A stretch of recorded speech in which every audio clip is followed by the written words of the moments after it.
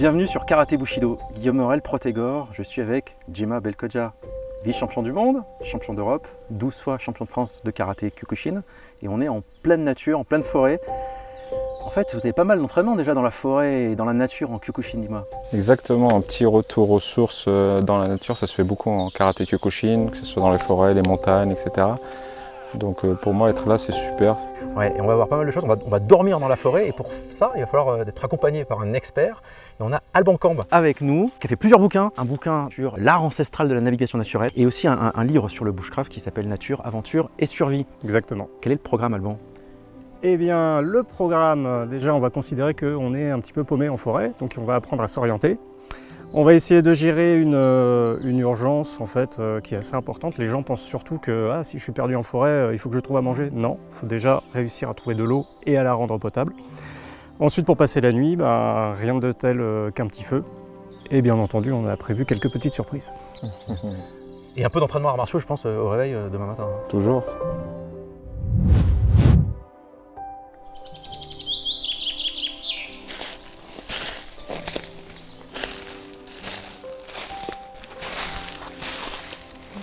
Est-ce que tu reconnais la feuille, même si elle n'est pas tout à fait développée encore là? Je dirais vigne ou un truc. Non, liane. Là, c'est un érable en fait. Érable. Ce qu'on appelle l'érable plane, avec sa petite feuille, tu vois, très dentée, ça rappelle le drapeau du Canada. Et tu peux la goûter. Regarde, je le fais si tu veux. Alors souvent, on reconnaît la noisette dedans. Noisette, ouais. C'est un petit peu astringent, comme un peu toutes les plantes qu'on rencontre dans la forêt. Donc ça veut dire que ça dessèche la bouche, c'est un petit goût amer. Mais en fait, plus tu vas les mâcher, plus les arômes vont se développer. Et ça va être le cas avec tout ce que tu vas croiser quasiment. Et tu penses que ce genre de feuilles comestibles, tu peux en manger autant que tu peux, ou alors il y a une limite quand même à pas dépasser quand tu es... Là, tu peux en manger jusqu'à te remplir le ventre. D'accord, ok. Parce que c'est pas des feuilles qui sont chargées de tanins ou Ouais, d'alcaloïdes. Il y a quelques plantes dont tu dois un peu te méfier. Par exemple, la consoude, c'est une plante comestible, mais elle contient des alcaloïdes qui sont un petit peu toxiques pour le foie. Donc il vaut mieux éviter d'en manger trop souvent. La nuit, tu verras, tous les sons sont décuplés. Même s'il y a juste un petit mulot qui traverse des feuilles. Les sens, ils sont en éveil, un peu plus en éveil. De toute façon, cette nuit, tu vas probablement être réveillé par des sons naturels, des sons de la forêt, qui ne sont pas menaçants, mais qui sont importants. Si tu te fais charger, tu peux espérer monter dans un arbre, mais les sangliers sont réputés pour être très têtus, donc il y a de fortes chances qu'ils t'attendent en bas. Ok, c'est noté. Alors Djema, on va faire une première pause juste là-bas, pour te montrer une chose, en fait, qui a deux utilités. Déjà, ça va te permettre de t'orienter éventuellement en forêt. D'accord. Et ensuite, tu vas goûter. Okay. Allez, viens. Hop.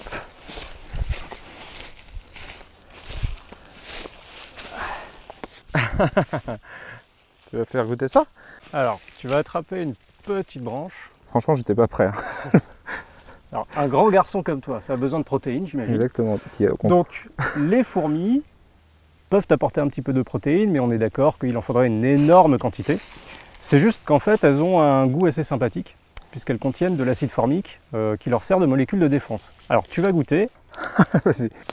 Moi, quand on m'a dit côte de bœuf, je pensais que c'était réglé la protéine. Sur les fourmis. Alors, juste pour l'anecdote, c'est un truc que j'ai montré à ma femme, et elle adore les fourmis. Et tu les aspires, tu les écrases tout de suite. Sinon, elles vont te mordre les lèvres. Tu écrases avec la langue, ça suffit? Ouais, tu les écrases. C'était cool, merci. 2-3, c'est ça? Ouais, que t'aies du goût, quoi. Attends, hop. Bah, finalement, Tu les montes sur le bâton d'abord. Tu aspires.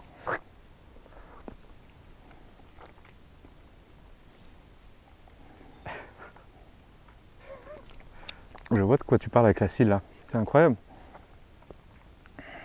Et franchement, est-ce que ça te rappelle pas les chips au vinaigre? Exactement. Ça croustille, c'est acide. C'est vinaigré.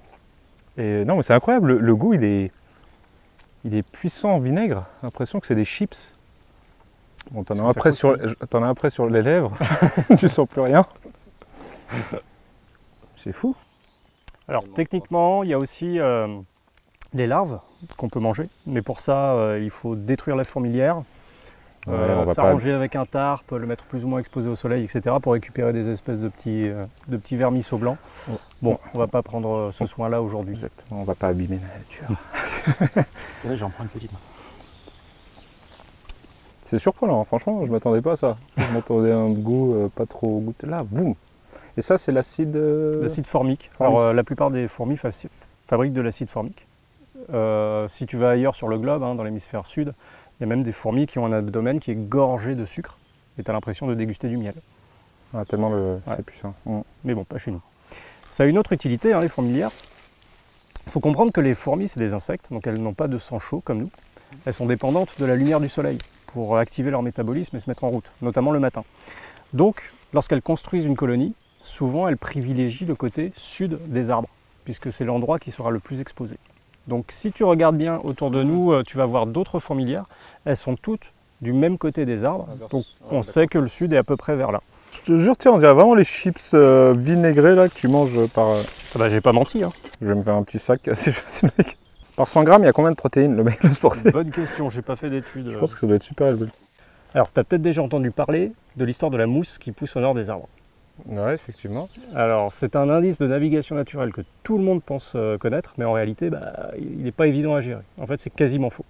Par contre, quand tu es dans la forêt, tu vois, tu peux voir ces espèces de coulées orangées qui sont vraiment très jolies, qu'on retrouve toujours du même côté des arbres, même l'arbre qui est là-bas, qui est un bouleau. Ouais, effectivement, ouais. Et en fait, quand tu arrives comme ça à voir plusieurs indices à différents endroits, tu sais que tu as une tendance sur laquelle tu peux compter. Et il s'avère que cet indice-là, c'est une coulée d'algues, des algues qu'on appelle Trentepolia. Et c'est un indice de navigation naturelle que je n'ai quasiment jamais pris en défaut. Et très souvent, ces algues-là s'installent au nord de leur support parce qu'elles détestent être exposées au soleil. D'accord, ok. Et ça, c'est vraiment quelque chose de beaucoup plus sûr que la mousse. Ok, c'est bon à savoir. Pour s'orienter, c'est pas mal. Parce que la mousse, en fait, elle a besoin d'humidité. Donc il suffit que tu aies une petite flaque à côté, il suffit que l'écorce de l'arbre soit un petit peu rugueuse. La mousse va s'installer un peu où elle a envie de s'installer. Le seul moment où tu peux vraiment prendre la mousse comme indice, c'est sur un support qui est vraiment isolé. Donc imagine un arbre en plein champ avec rien autour. Mais là, avec les ombres des arbres, avec la canopée, beaucoup de paramètres, ça fausse totalement les déductions. Par contre, après avoir traversé des fougères comme ça, il faudra bien s'inspecter, voir si on n'a pas des tiques. C'est vrai ? D'accord. Les chevreuils, par exemple, sont des gros vecteurs de tiques. Et ils adorent traverser les fougères ou même se coucher dedans, donc vaut mieux vérifier qu'on n'ait pas des invités surprises.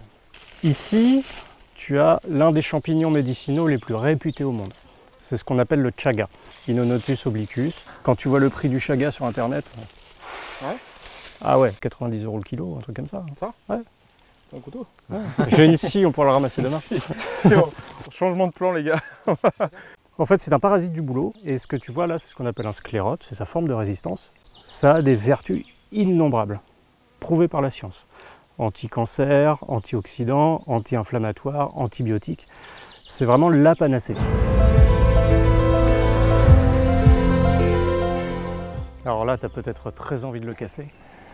Il s'agit d'un bouleau qui est mort sur pied, donc le gros avantage, c'est que l'écorce ne va pas être imbibée d'eau. Ce qu'on peut se permettre là, c'est de récolter son écorce. Toujours récolter sur un arbre qui est mort. Parce que très souvent, si on récolte l'écorce d'un arbre qui est vivant, tu le prives en fait de sa peau. C'est comme si tu l'écorchais vif. Du coup, ça fait une porte ouverte pour les infections et potentiellement, ça peut tuer l'arbre. Voilà, et cette force, le campement, il est juste là-bas, au pied d'un chêne qui est centenaire. D'accord. Donc on aura un bel espace avec quelques cailloux et tout. Ça va être un hôtel 4 étoiles. Allez, on y va. Allez. Go. En espérant qu'il ne pleuve pas. Ici, tu vois, on a une coulée. Ça veut dire qu'il y a vraiment des animaux qui passent. On voit que la végétation a été tassée.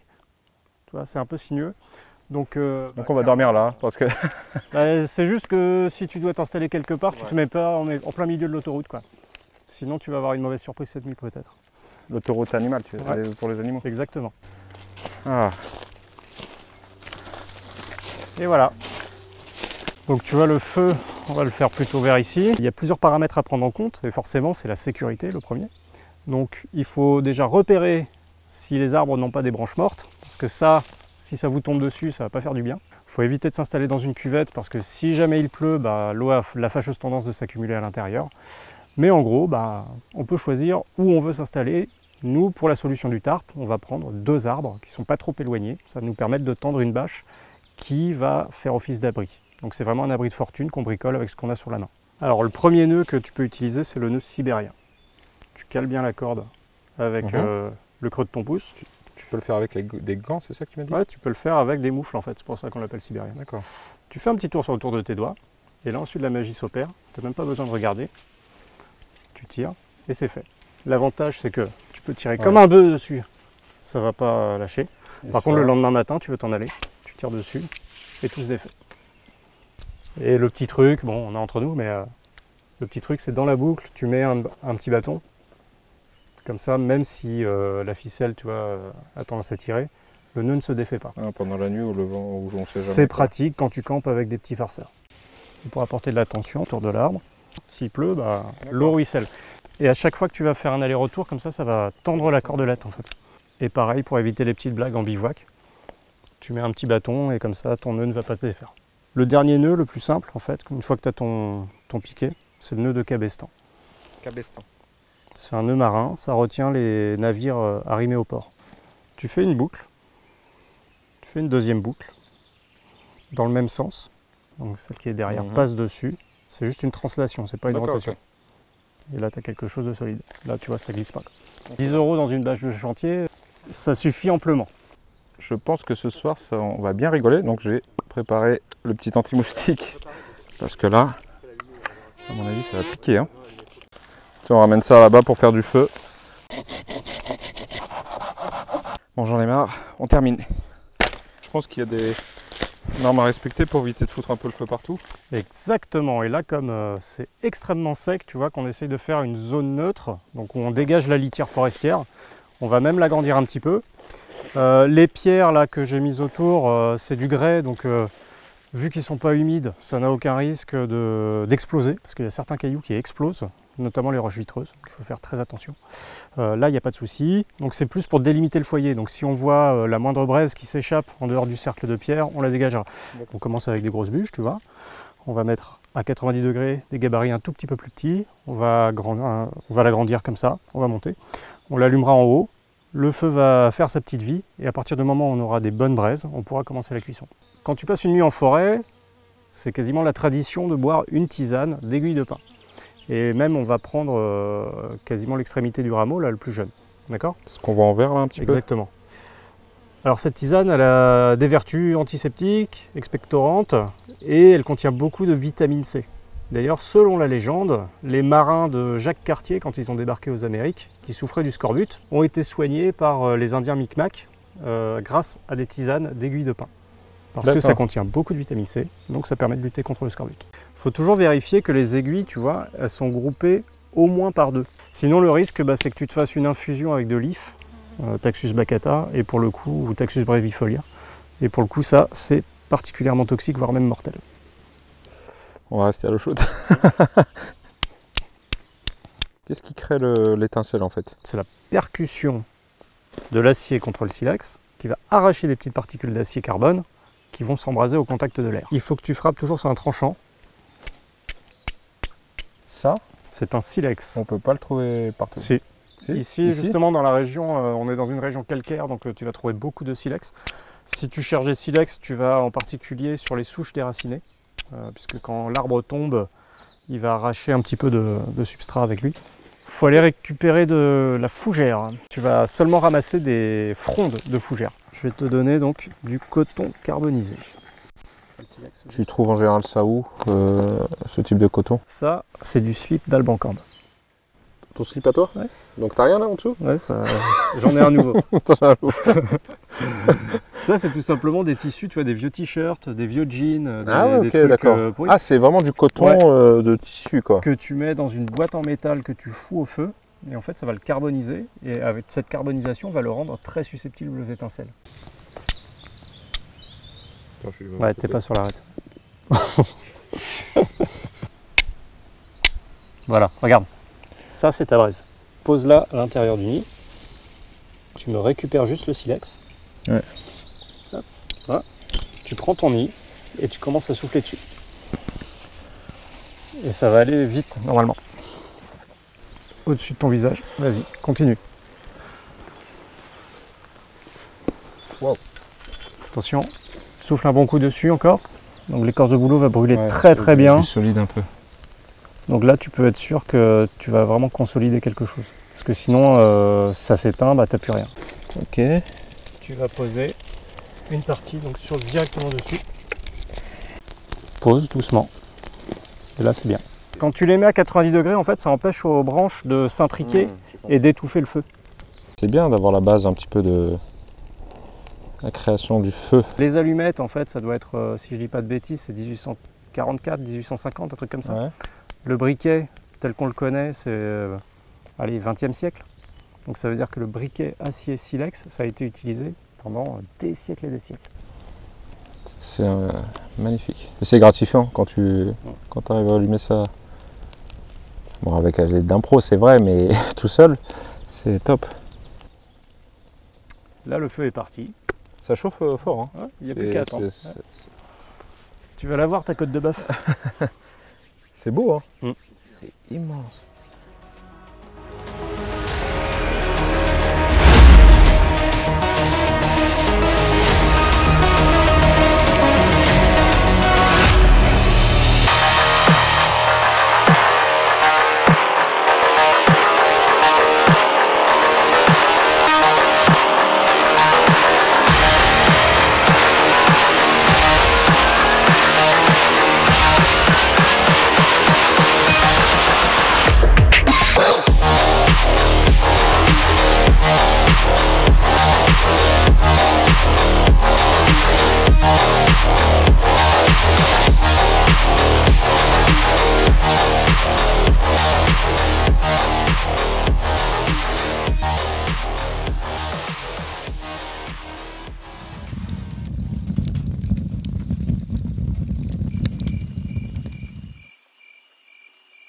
Tu as eu ta côte de bœuf. Super, parfaitement cuite. Pas de grille, pas de pique. Ouais, directement dessus. Directement sur la braise. Franchement, c'est passé crème, comment. J'adore. Donc là, il va être temps d'aller se coucher. Exactement. On va bien choisir notre endroit. Yes. Et tu vas voir que la nuit en forêt, ça peut être un peu surprenant. on va voir ça. Et on en reparle demain matin. Demain matin, ouais.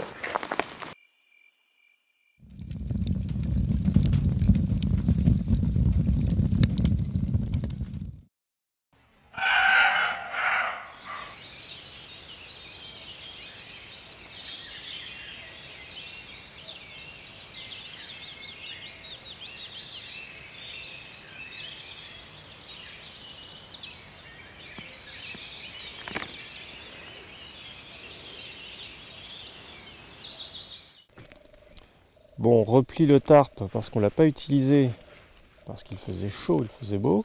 Des petits réveils téléphoniques à les oiseaux, sauf que là, tu peux pas arrêter la sonnerie. Donc c'est sympa. On est à 5h30. Ouais, et surtout, en fait, tu te rends compte que tu es réveillé par le chant des oiseaux avant même que le soleil se lève. Normalement, genre... C'est possible qu'il y ait des trucs qui marchent là, aux alentours? Ouais. Non, et sinon, c'est juste avant qu'on se couche, on a entendu des chevreuils aboyer. Un drôle de mélange entre un chien qui a un peu une angine, mal à la gorge, et puis un humain qui est complètement bourré, en fait. Donc là, on est le matin, on a laissé le feu mourir toute la nuit. Donc on a des charbons, et rien qu'avec ça, on peut redémarrer le feu. Pas besoin de repasser par le briquet, etc. On va simplement utiliser ce qu'on appelle un fire steel. C'est une tige de ferrocérium qui te permet de créer des étincelles très chaudes. Tu projettes ça sur un charbon, le charbon va capter les étincelles, va former une braise. Comme hier soir, il te suffit de transformer la braise en flamme.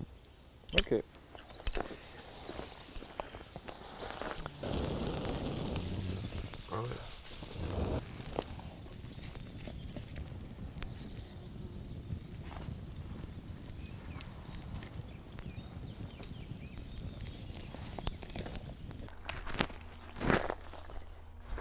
On replace tout à sa place.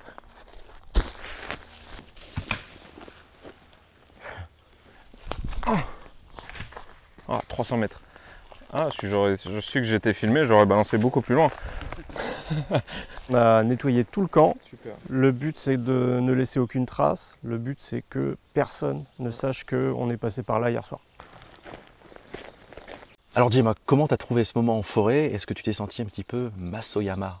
Oui, exactement, le créateur du karaté Kyokushinkai, ça m'a rappelé un petit peu son histoire de retrait en forêt, se recentrer sur soi, de partir de rien et de créer quelque chose. Ça rappelle aussi les stages où j'avais les meilleurs souvenirs, où il y avait une petite connexion, pas autant que là, mais une petite connexion avec la nature, quand on allait courir dans les montagnes, quand j'ai fait le Mitsumine au Japon. C'est amplifié par la nature en fait, toutes ces sensations.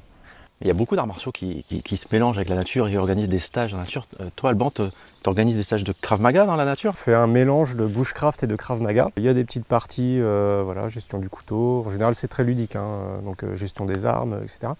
Et puis à côté, on construit un feu, on apprend à reconnaître des ressources.